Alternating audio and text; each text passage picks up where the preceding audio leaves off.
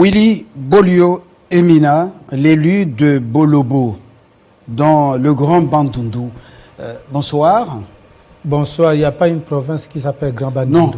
Non, Je dis le Grand Bandundu. Ça n'a jamais existé. Vous ne pouvez pas commencer à... C'était Bandundu, il faut dire, si vous voulez dire Bandundu, vous dites de Bandundu. Je dis le Grand Bandundu, je sais de quoi je parle. Bon, donc je suis du petit Bandundu. Je dis le Grand Bandundu, dans le Grand Bandundu. Je sais de quoi je parle parce que, bon, ça c'est entre nous, je suis par moments opposé au démembrement de certaines provinces. Merci beaucoup. Voilà.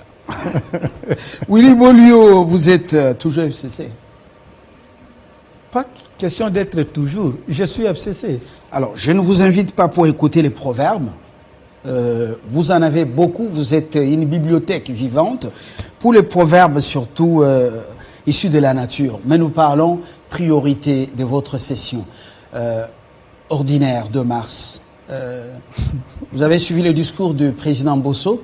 Vous avez suivi également le discours de son collègue du Sénat, Bati Lukwebo. Une session normale, avec beaucoup plus de stress sur le plan de la production législative, surtout les réformes électorales, l'insécurité dans l'Est, comment y mettre fin. Quelle est votre lecture personnelle? Merci beaucoup, Fabien. Dans une approche prospective. Merci beaucoup, Fabien, et bonsoir à tous les téléspectateurs de Télé 50. Merci. Vous ne pouvez pas empêcher à la pluie de tomber pendant la saison de pluie. Donc, vous ne m'empêcherez pas d'utiliser un proverbe lorsque je dois initier mes propos. Illustrer mes propos, s'il vous plaît. Par rapport à la session ordinaire que nous avons, effectivement, c'est une session normale, c'est une session ordinaire, mais il y a des priorités. La priorité, ce sont des réformes par rapport aux lois électorales. Il y a la loi électorale en principe elle-même, la répartition des sièges. Ce sont des instruments qui doivent être mis en place le plus vite possible pour éviter qu'on glisse.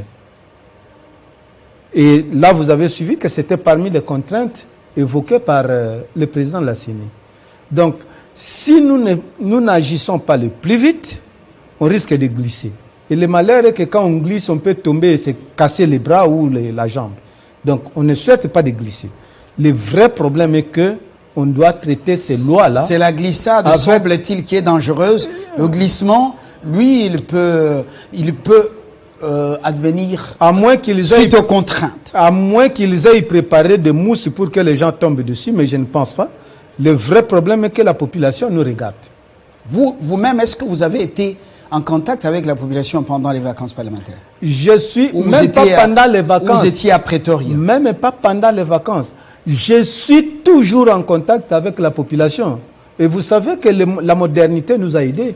Je peux aller aujourd'hui, revenir demain. Vous avez vu Olive Mudekereza vraiment dans la peau de quelqu'un qui vient du village. Mais lorsqu'on vous regarde, on sent que l'élu du peuple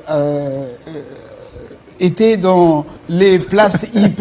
Donc plutôt qu'à tu aurais voulu que je sois quoi? Mais on vient de me rendre beau par vos services qui m'ont fait de maquillage. Vous comprenez? Méfiez-vous de la beauté du tombeau, mon frère. À l'intérieur, ce n'est pas une bonne résidence pour les vivants. Donc, le vrai problème que nous avons, nous devons tout faire pour qu'il y ait des réformes en rapport avec la loi électorale. Mais pour que ça passe aisément, il ne faudra pas que des propositions qui vont venir soient celles qui énervent et la Constitution, auquel cas ça va pousser à la révision constitutionnelle, ou encore qui énervent l'harmonie sociale de la société.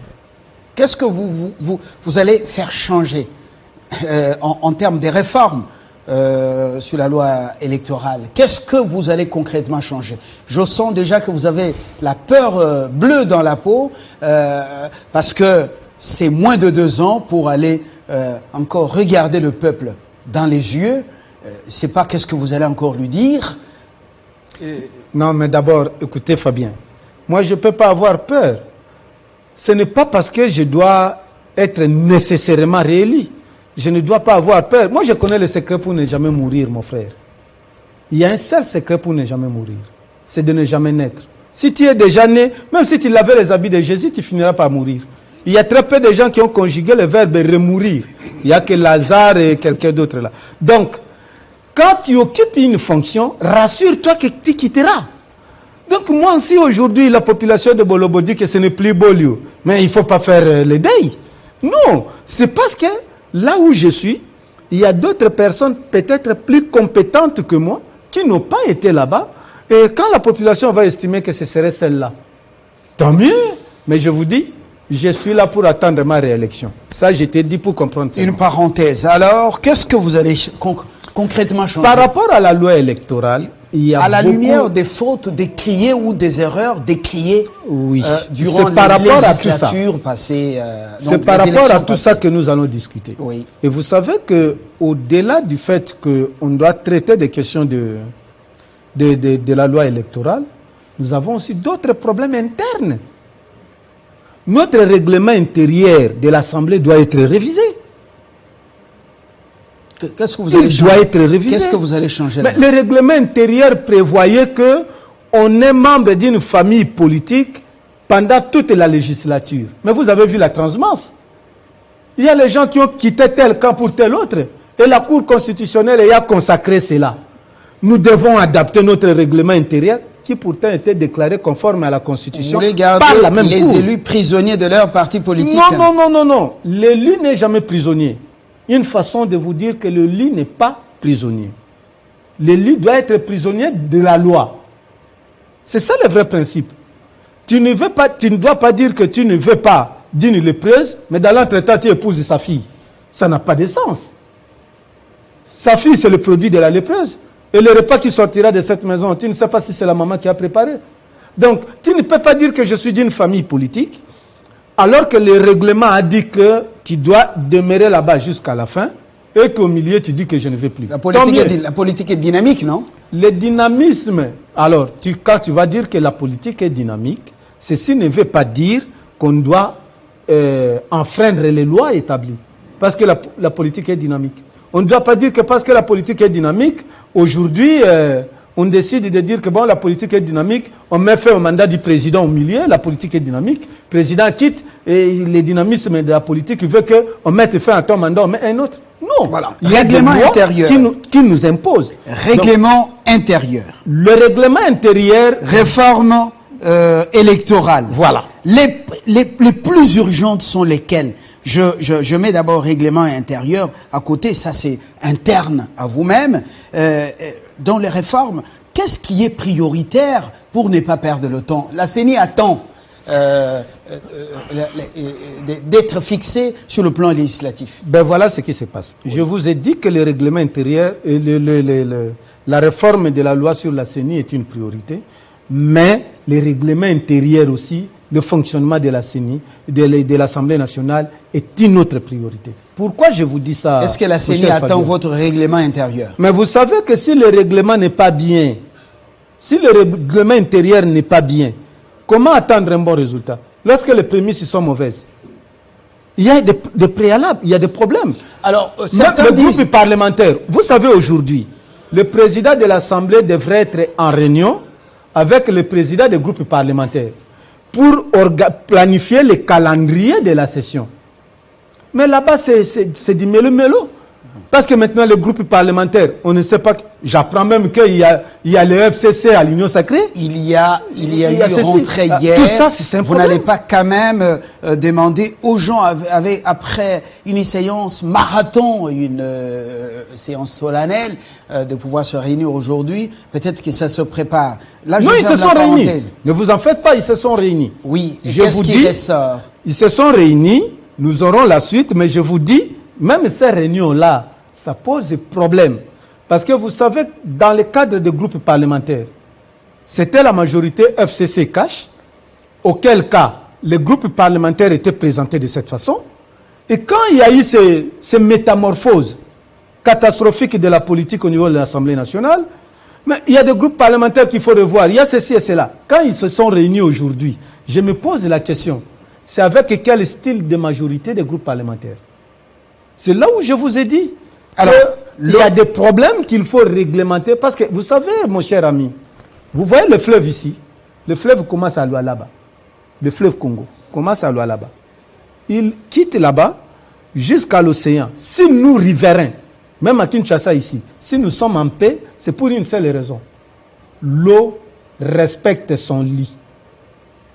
Elle passe par là où elle doit passer, même s'il y a des méandres et des courbures. Entre en furie mais pendant une pluviométrie importante. Lorsque l'eau décide désormais, par exemple à partir de Maluku, d'éviter les courbures pour traverser directement de Maluku jusqu'à l'océan, nous tous ici, on ne serait plus là. On va dire qu'il y a catastrophe naturelle, même les Nations Unies ne seront pas supportées. Alors, ce n'est pas l'Ukraine. Nous revenons. Néanmoins, Denis Kadima. Non, je viens parce que le bureau et la plénière si nous voulons attendent quoi exactement? C'est ça que je veux dire sur Denis Kadima. Oui. C'est ça, si j'ai donné ce principe, c'est pour vous dire, pour que ça marche bien, nous devons respecter nos règlements, nos textes et tout. Ça va permettre que même si il y a la lourdeur, que ça puisse marcher.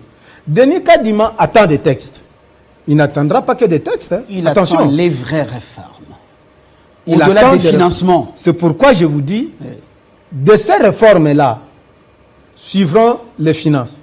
Nous sommes aussi là à l'Assemblée nationale pour surveiller est-ce que les finances-là suivent. Au fait, c'est un tout. Nous sommes là en train de faire les ponts aux ânes. C'est-à-dire que quand vous avez une âne, pour que l'âne puisse se déplacer, il faut que les membres postérieurs, antérieurs, colonne vertébrale, tout soit mis ensemble pour avancer. Mais si cela n'est pas fait, tout ce qu'on va crier ici, demain on va nous inviter à des négociations, à des dialogues, pour qu'on puisse glisser. Moi je veux qu'on organise les élections. Le peuple a besoin de se choisir ses nouveaux dirigeants conformément à la loi. Parce que vous parlez du peuple, on va peut-être terminer par là. Les problèmes qui se posent au peuple sont connus. Le pain, la lumière, le potable, tiré par exemple de 200 mètres par forage, l'eau qui combattrait ou qui réduirait le taux ou la fréquence des maladies hydriques. Et la transformation de son milieu, comme Olive Moudekereza le fait, la lumière apportée à partir de microcentrales ou de l'éclairage solaire. Alors, le peuple vous a réellement dit qu'il attend les élections ou il attend les solutionnements de ces problèmes. Les SMIG, la qualité de l'eau, la qualité de la nourriture, le pouvoir d'achat. Le peuple attend des élections parce que les élections permettent de lui donner le pouvoir de sanctionner si ceux qui ont dirigé ont bien fait ou non. Par rapport à ce que vous êtes en train d'évoquer, sur le social, là c'est le social de la population, mais mon frère, il n'y a que la personne qui a mangé la noix de palme qui peut vomir de l'huile. Donc, c'est le gouvernement. Il est venu avec des textes. Mais vous êtes là pour contrôler le gouvernement. Le gouvernement a amené un programme que nous avons accepté. OK? Maintenant, si sur le terrain il n'a pas fait, nous avons la charge de contrôler le gouvernement. Mais pour contrôler le gouvernement, pour sanctionner, il y a l'Union sacrée qui est un bloc qui se protège. Mais vous savez, quand vous avez affaire à un sanglier et que le juge est cochon, le jugement est là avant même que vous puissiez plaider. Donc, les ministres sont les ministres de l'Union sacrée. Le gouvernement, c'est le gouvernement de l'Union sacrée. La rame, c'était la rame de l'Union sacrée. Alors, si aujourd'hui, vous me demandez à moi, FCC, de dire, gouvernement, faites ceci. Mais c'est quelqu'un qui a trouvé un cheval assoiffé, je l'amène à la rivière, au lieu que le cheval puisse boire, le cheval ne boit pas. Que ferais-je pour lui faire entrer de l'eau dans le ventre? On sent que vous avez beaucoup puisé de ce métier de la chasse. Willy Bolio, on termine par là les développements des 145 territoires. Les fonds sont décaissés. Qu'est-ce que vous allez, comment allez-vous accompagner ce programme ambitieux à Bolio? C'est bon d'accompagner si on plutôt est informé. À Bolobo, je vous dis. On l'accompagne si on est informé. Ça permettra qu'on suive. Si ça se fait, comme c'était le cas de 100 jours, comme c'était le cas de Tchilé-Gelou, et que 145 territoires va suivre la même chose, mais ce n'est pas étonnant, ce sont des sardines de même boîte. Avez-vous vu qu'on a changé? Peut-être c'est le lieu où les têtes sont restées. Les têtes de certaines sardines, c'est au niveau de Maroc, d'autres au niveau de l'Espagne. Mais pour moi, je crains que ce soit la même chose. Je ne souhaite pas que ce soit la même chose. Mais je dis, je crains que ce soit la même chose. Et si j'ai la crainte, c'est parce qu'un homme est déjà mordu par le serpent, craint même le passage du lézard. Il va croire qu'il va encore me mordre. Avec tout ce que je vis, vous avez suivi comment on a dénoncé même des détournements. Si on arrête, c'est pour faire des façades. On arrête aujourd'hui pour être libre demain. La loi devient comparable aux toiles d'araignée. Seules les mouches se font prendre, mais les hirondelles rongent sans problème et passent. Alors, vous allez me dire que je fasse confiance? J'attends voir. Pour ça, je vais être Saint Thomas. Vous êtes une mouche ou bien l'hirondelle? Heureusement pour moi, je suis encore dans l'hypothèse où je ne vais pas violer la loi. Même si on me pousse. Parce que ce qu'ils font, ils nous poussent, mais je ne vais pas le faire. Willy Bolio Emina, l'élu national élu de Bolobo dans le Maïndombe, il a précisé. Voilà, Maïndombe, c'est l'ancien district du Grand Bandundu. De Bandundu, pas de Grand Bandundu. Merci. L'ancien district de la province de Bandundu. Merci. Les Grand Bandundu, c'est des sobriquets qu'on donne qui n'ont pas existé. Merci d'être venu et d'avoir répondu à nos préoccupations. Vos proverbes appellent peut-être la rédaction des TFC, des mémoires ou des thèses pour peut-être un décryptage. Bonsoir. C'est moi qui vous remercie. Nous saluons tous ceux qui nous suivent et à Walungu dans le sud Kivu et à Bolobo dans le Maïndombe. Nous sommes dans le Grand Bandundu. Bonsoir, le journal avec Christopher Ochokoum toute cette soirée. Moi je vous retrouve très prochainement avec le même plaisir.